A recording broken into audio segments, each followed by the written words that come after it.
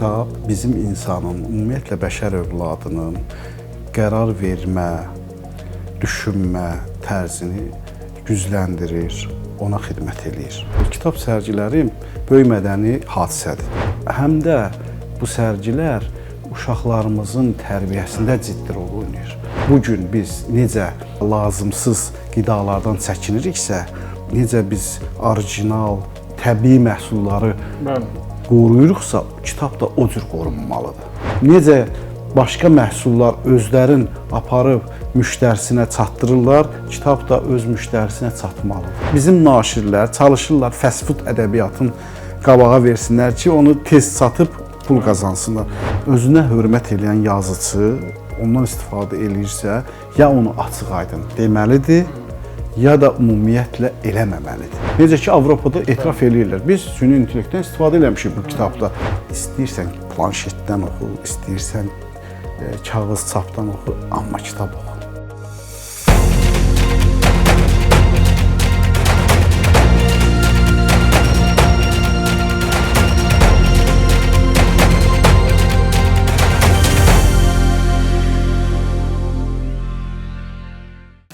Salam dostlar, Füyuzat televiziyasında mən Tural İsmailovun təqdimatında arxa plan verilişinin şənbə buraxılışını izləyirsiniz. Mənim fəlsəfədə çox sevdiyim şərq peripatetiklərinin gözəl bir cümləsi var idi ki, kitab ruhdur, kitab işıqdır, kitab həyatı dəyişən ən önəmli vasitələrdən biridir və əslində bu statik ifadə bugünkü günün özündə də özünü ifadə edir. Çünki kitabın çox oxunduğu, kitabın çox mütaliə edildiyi, kitabın çox dəyər gördüyü cəmiyyətlər elmdə, texnologiyada və bir çox sahələrdə zirvələri fəth edə bilir. Bugün kitab təbliğatının əhəmiyyətindən danışacağıq və arxa planda mənim qonağım daha əvvəl də bir neçə müzakirəmizdə maraqlı çıxışları ilə tanınan yazar İlham Əzizdir. İlham bəy, xoş gəlmisiniz. Sağ olun. İlham bəy, birinci istəyirəm kitab təbliğatı mövzudursa, burada Azərbaycanın gözəl bir modeli var. Hər il ölkəmizdə beynəlxalq kitab sərgisi keçirilir. Azərbaycan Respublikasının Mədəniyyət Nazirliyi tərəfindən siz də yazıçı kimi orada müxtəlif müzakirələrə qatılırsınız, iştirak edirsiniz. Əvvəlcə bu beynəlxalq kitab sərgisinin əhəmiyyəti və bunun kitab təbliğatına verdiyi töhfə haqqında fikirlərinizi öyrənmək istəyirəm. Əvvəla onu deyim ki, kitab sərgiləri bu beynəlxalq bir sərgidir, bu il keçirilən, bir neçə illik keçirilir artıq. Kitab sərgiləri böyük mədəni hadisədir. Təkcə kitabın industriya, sənaye olaraq inkişafına görə yox, həm də əhalidə, insanlarda yaratdığı mədəni o pozitiv əhval-ruhiyyə görə. İnsanlarımız kitab sərgisinə öz övladları ilə gəlirlər. Orada bilirsiniz, kitab sənayesi, kitabın bu dəqiqə inkişafı çox ciddi məsələdir. Ona qədər uzun müddətli problem gedir ki, kitab olsunmu, olmasınmı? Bunu elektron varianta keçirəkmi, keçirməyəkmi? Və yaxud da bu sahə artıq öz yerin videoya, görsəl sənətə versinmi, verməsinmi? Mən o adamlardanam ki, kitabı həmişə müdafiə edirəm. Çünki kitab bizim insanın, ümumiyyətlə bəşər övladının qərar vermə, düşünmə tərzini gücləndirir, ona xidmət edir. İstənilən bu dəqiqə bizim əlimizdə olan qısa videolar, o əyləncə videoları, o digər vasitələr bizi qərar vermədən uzaqlaşdırır.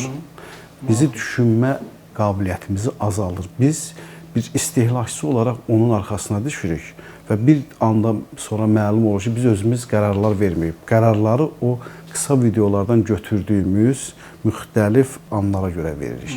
Bu çox ciddi məsələdir. Amma kitab oxuyanda sən bir sujet oxuyursan, bir məsələnin kompozisiyasına baxırsan, həmən özünü orada bir qəhrəmanın yerinə qoyursan, o situasiyada necə hərəkət eləməyi lazımdır, onu düşünürsən və sənin düşüncə qabiliyyəti artır. Ona görə də təkcə ədəbiyyat yox, digər, daha doğrusu bədii ədəbiyyat yox, digər ədəbiyyat sahələrində də, məsələn, elmi-texniki kitabların özündə insana həddindən çox faydası var.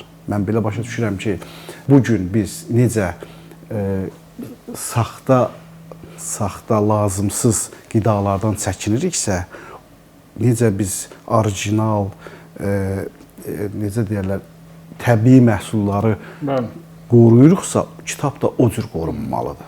Kitab da o cür. Bizim indi keçirdiyimiz bu böyük bir sərgidir, beynəlxalq sərgidir. Dünyanın bir çox ölkələrindən də orada iştirak edirlər. Bu çox böyük bir mədəni hadisədir və həm ölkəmizin baxımından, həm vətəndaşlarımızın baxımından, həm də bu sərgilər uşaqlarımızın tərbiyəsində ciddi rol oynayır. Bir var, valideyn səni götürüb həftə başı, həftə sonu gəzməyə, oynamağa aparsın. Fast food restoranı. Bəli. Bir də var, ildə bir dəfə ciddi samballı kitab festivalının və o uşağın həmişə xatirində qalacaq və impuls olacaq oxumaq üçün. O mənada kitab sərgisinin tayı bərabəri yoxdur. İlham bəy, deməli sizlə müzakirələrimizdə efirdən əvvəl bir maraqlı ifadə işlətdiniz ki, sanki bizim cəmiyyətdə kitab oxunmur fikrini aşılamağa çalışırlar və tez-tez görürük sosial mediada, müxtəlif müzakirələrdə kitab oxuyaq, kitab mütaliə edək. Bu çağırışlar gözəldir və əlbəttə ki, bizim də elə bu maarifçi efirimizin missiyalarından biridir bu çağırış eləmək, amma bu doğrudan ciddi bir problematikadır mı? Bunun iki tərəfi var. Biz bunu vətəndaşın üstündən yıxa bilmərik. Əhalinin üzərinə yıxmaq olmaz. Kitab oxunur. Hətta sizə deyim ki, dünyada bu dəqiqə Avropada artım var. Kitab oxunma, kitab istehsalı sahəsində artım var. Bizdə problem nədir? Bizdə problem kitabın vətəndaşa çatması problemidir. Kitabın reklamı prosesidir. Mən məsələn arzu eləyərdim ki, məsələn ildə böyük şirkətlər, özəl şirkətlər məsələn 2, 3, 5 kitabın hətta çapından savayı onun reklamı ilə məşğul olsun və ona görə bu dövlət onlara bir güzəştlər eləsin. Çünki kitab olmasa, bilirsiniz, bəzən sual edirlər ki, ədəbiyyat nəyə lazımdır? Ədəbiyyat ona görə lazımdır ki, hətta bunu görsən böyük şirkətlərin rəhbərləri deyir. Ədəbiyyat ona görə lazımdır ki, sən o şirkətində rahat oturub işləyə biləsən. İnsanlar mədəni olsun. İnsanlar sənə qarşı düşüncəsi xoş olsun. Ədəbiyyatın sayəsində olur. Bu elə-belə olmur. Azərbaycan oxucusu, mən sizə deyərəm ki, Sovet dövründə, indi mən yaşım ona imkan verir deyəm, Sovet dövründə ən çox oxuyan, ən çox kitab oxunan, bədii ədəbiyyat oxunan ölkələrdən biri idi. Mən hətta kənd uşağıyam, kənddə elə bir ailə, elə bir fərd yox idi ki, bədii ədəbiyyat oxumasın. Ən azından bədii ədəbiyyat oxumasın.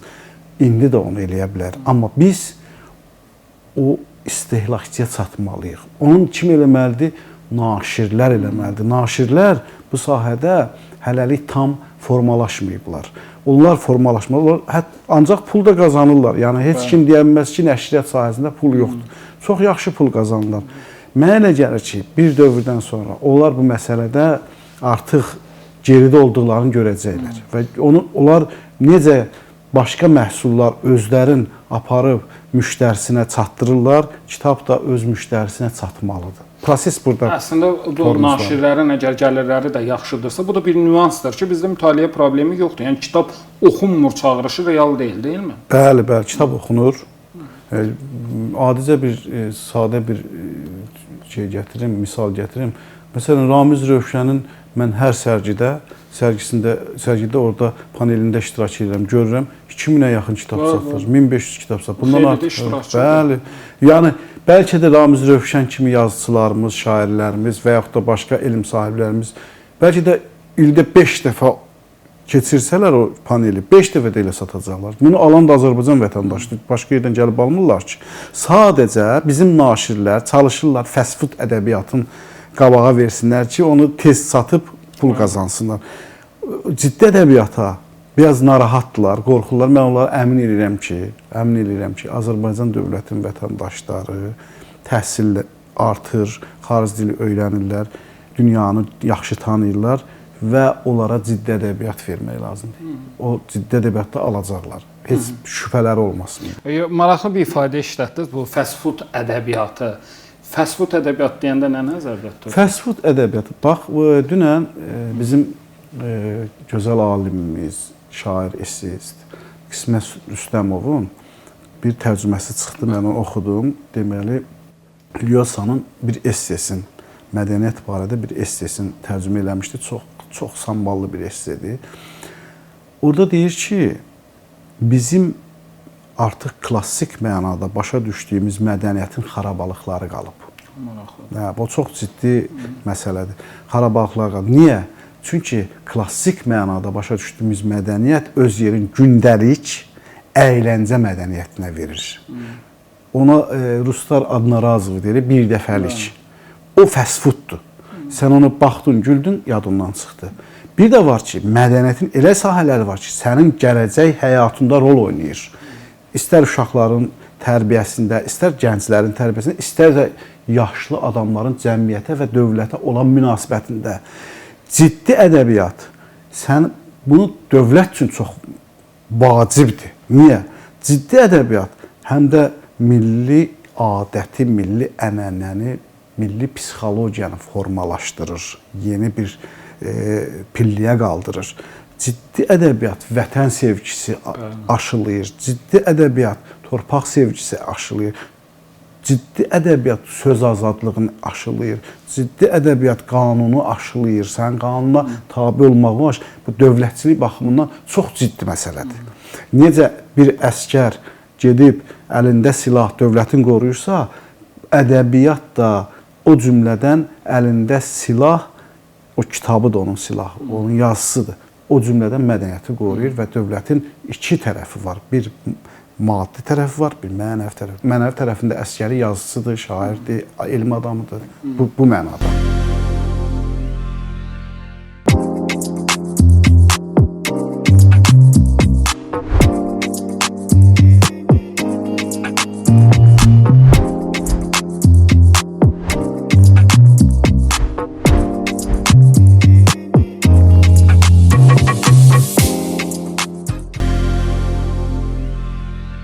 İlham bəy, bilirsiniz ki, elektron kitablara maraq da kifayət qədər yüksəkdir, amma mən də sizin kimi düşünənlərdənəm ki, bilmirəm, bəlkə də bizim o kompüterlərə, planşetlərə çox baxmağımız və s. Bu da bir göstəricidir, amma kitabın qoxusu, bəlkə də indi klişedir, bu onu vərəqləmək hissi ayrıdır. Elektron kitablara marağı necəmiş? İndi bizim yazar çevrəmizdə biz klassik kitab oxuyucusu yox. Amma necədir? Burada da sanki bir artım var. Mənim fikrimcə onun qarşısı alınmaz bir prosesdir. Çünki bu dünyavi istehlak problemidir. O bizə artıq yeridilib. Bu gün, məsələn, sadə bir misal çəkim, bu gün telefonsuz insan artıq yaşaya bilmir. Niyə? Sadəcə maşını bir yerdə, avtomobil bir yerdə park eləmək üçün artıq sənin telefonun olmalıdır. Deməli, biz bundan qaça bilmərik. Deməli, bu olacaq. Amma biz nə etməliyik ki, kitabda onun yanlışı qalsın? Kitabla onun fərqi nədir? Planşetdə və yaxud da başqa növ readerlər var da, bilirsiniz. Orada oxumaq, sən mətn elə bir ki, bir dənə gördüyün o səhifədir, sən onu kitab kimi hiss eləmirsən. Düzdürmü? Amma kitab əlində olanda onun məsuliyyəti, onun sənə verdiyi bir impuls, sənə verdiyi bir əminlik, bu çox ciddi fərqlərdir. Amma hesab edirəm ki, istəyirsən planşetdən oxu, istəyirsən kağız çapdan oxu, amma kitab oxu. Qalan şeylər düzələcək. Və İlham bəy, bu texnologiyanın inkişafı ilə yanaşı təbii ki, sosial medianın imkanları da genişlənir də. Biz artıq görürük ki, Facebook, X bunlar müxtəlif manevrlar etməyə çalışırlar. Bəzi klassik funksiyalarını geri qaytarırlar. Elə bir ay olmur ki, WhatsApp tətbiq etməsi, hansısa bir yenilik tətbiq edəcəyi ilə bağlı mesaj verməsin və təbii ki, sosial media kitab təbliğatı üçün önəmlidir. Bizim sizlə bu söhbətimiz də sosial media vasitəsilə olacaq. Amma bir xeyli insanla şəxsi söhbətlərimdə də, mənim də tədqiqat mərkəzində çalışıram. Dünyada aparılan sorğular, elə özümüzün apardığımız ictimai rəy sorğularında da sosial medianın kitab mütaliəsinə bir əngəl olduğunu da biz görürük. Burada balansı necə qorumaq lazımdır? Bilirsiniz, sosial medianın problemi, insan üçün problemi nədir? Düzdür, bir mənada sosial media problem yaradır. Nədir? Alışqanlıq və asıllıq halına gələndə artıq insan başqa şeylə məşğul olmur. Yəni bu artıq bir xəstəlik növünə çevrilir ki, sən sosial mediadan uzaq dura bilmirsən. Amma bunun reklam tərəfi də var axı. Məsələn, keçmişdə sən bir kitabı, bir mətni hardasa bir televiziya vardı, orada əl çatmaz idi. Amma sən indi hamının özünün platforması var, dostluğunda xeyli adamlar var. Bir dəfə o belə bir söz var, deyir ki, 8 nəfər vasitəsilə Amerikaya yeyib çıxa bilirsən artıq. Burada amma 2-3 nəfər vasitəsilə bütün respublikaya çıxa bilirsən. Çox rahat reklam yeridir. Sosial medianın, şəbəkələrin xeyli, yəni xeyirli şeyləri var, pozitiv şeylər var, amma onunla yanaşı bir xəstəlik kimi, asıllıq kimi problemlər də var. Kitab oxunmasına, yazmasına, məsələn,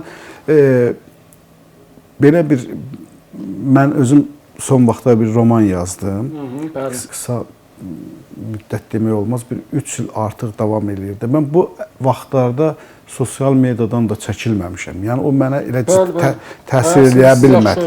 Təsir eləyə bilmədi. Adam var deyir ki, məsələn, o açıq olanda mən heç nə yaza bilmirəm. Artıq o problem onun üçün ayrıdır. Amma onunla münasibəti dəqiqləşdirməlisən. Sosial media ilə, sosial şəbəkələrlə sən öz münasibəti dəqiqləşdirməlisən ki, mən səninlə nə qədər münasibətdə olacağam, günün hansı saatlarında neçə, çünki biz axı bundan da başqa işlərimiz də var. Həyati işlərimiz, dövlət işində işləyənlər var, bunlar ciddi işlə məşğuldurlar, bunlar səhv eləyə bilməzlər. Bunların gözü orada qalsa, adicə fikir dağınıqlığı yarada bilər. Bu dəqiqə ölkədə xeyli avtomobil qəzaları o fikir dağınıqlığından, ona baxmaqdan olur. Yəni bununla münasibəti sən dəqiqləşdirməsən, bu da bir zaman alacaq. Bu ilkin variantlardır. Zaman bir müddətdən sonra artıq münasibətlər dəqiqləşəcək ki, bir insan özü biləcək ki, mən bundan necə münasibət bəsləyim. Və İlham bəy, mən tez-tez həm Füyuzatdakı platform, buradakı efirimizdə bunu müzakirəyə çıxarıram, həm də artıq hər yerdə bu bir reallıqdır, süni intellekt məsələsi. Və mən süni intellektin pozitiv tərəflərini həmişə qabartmağa çalışıram, çünki bir tədqiqatçı üçün, yazar üçün, araşdırmaçı üçün o çox dəqiq, gözəl tarixi faktlar verir. Onsuz da biz indiyə qədər Google-dan axtarış üçün istifadə edirdik və bu gün də süni intellekt daha sürətli formada, daha çəfik informasiyaya əl çatanlıq yaradır. Amma müşahidələr edirik və görürük ki, bəzi jurnalistlər, hətta bəzi yazarlar, hətta dünyada bununla bağlı açıq çağırışlar var ki, bəzi şairlər süni intellektin yazdığı şeiri, nəsr nümunəsini, müəllif məqaləsi və yaxud da jurnalist hansısa bir məqaləni özününki kimi təqdim edir. Burada gəlir nəyə çıxır? Süni intellekt kitab üçün bir təhdid olacaqmı gələcəkdə? Bu çox ciddi məsələdir. Deməli, bunu iki cür istifadə edən var. Məsələn, dünyada son zamanlar müasir Avropada yazılan bəzi romanlarda artıq müəllif deyir, mən burada süni intellektdən istifadə eləmişəm filan yerlərində. Bu normaldır. Çünki məsələn bu dəqiqə adamın oturub əgər sən bu faktı süni intellektdən indi ala bilirsənsə, yerli yataqlı, onun üçün gedib 10 kitab oxumağa ehtiyac yoxdur. Amma məsələn mən son zamanlar siz kimi müşahidə eləmişəm. Məsələn köşə yazılar görürəm süni intellekti. Niyə? Süni intellektin axı hissi yoxdur. Bilirsiniz? Və yaxud da süni intellekt bu virtual aləmdə olan yazıların analizidir də, bir yerə toplanması nəticəsidir sənə verir. Və yaxud da görürsən ki, burada kosmopolitizm var, dağılma var. Bu bir adamın fikri deyil. Bir cümlə o birisi cümlədən başqa cürdür. Görürsən ki, bu bir adam yığılma mətindir. Bunu artıq biz hiss eləyirik. Ona görə də çox güman ki, bundan çox istifadə eləyəcəklər hələ bundan sonra da. Amma özünə hörmət edən yazıcı, əgər bir özü yazırsa, ondan istifadə eləyirsə, ya onu açıq-aydın deməlidir, ya da ümumiyyətlə eləməməlidir. Eləyirsə də deməlidir. Necə ki, Avropada etiraf eləyirlər. Biz süni intellektdən istifadə eləmişik bu kitabda. Heç bir problemi yoxdur. Biz alıcı olaraq, məsələn, mən sizin kitabınızı alırım. Mənim hüququmdur və mənim, necə deyərlər, mənə olmaz ki, siz mənə onu yalandan saxta satasınız. Əlbəttə.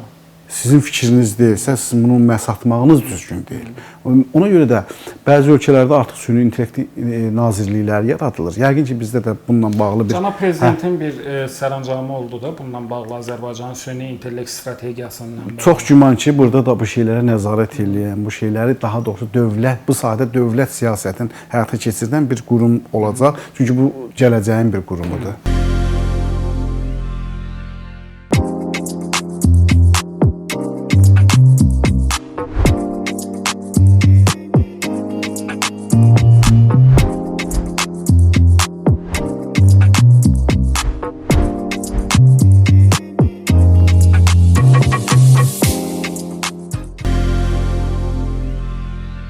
Və sonuncu olaraq İlham bəy, bu mövzuda axırıncı sualı ünvanlamaq istəyirəm. Təbii ki, biz indi Füyuzatın işığına yığışmışıq və efirdən əvvəl siz Füyuzat dərgisində daxil olduğu Mimta fondunun Mimta yayımları tərəfindən dərc olunan kitablara baxdınız və kitab sərgisində də nümayiş olunur.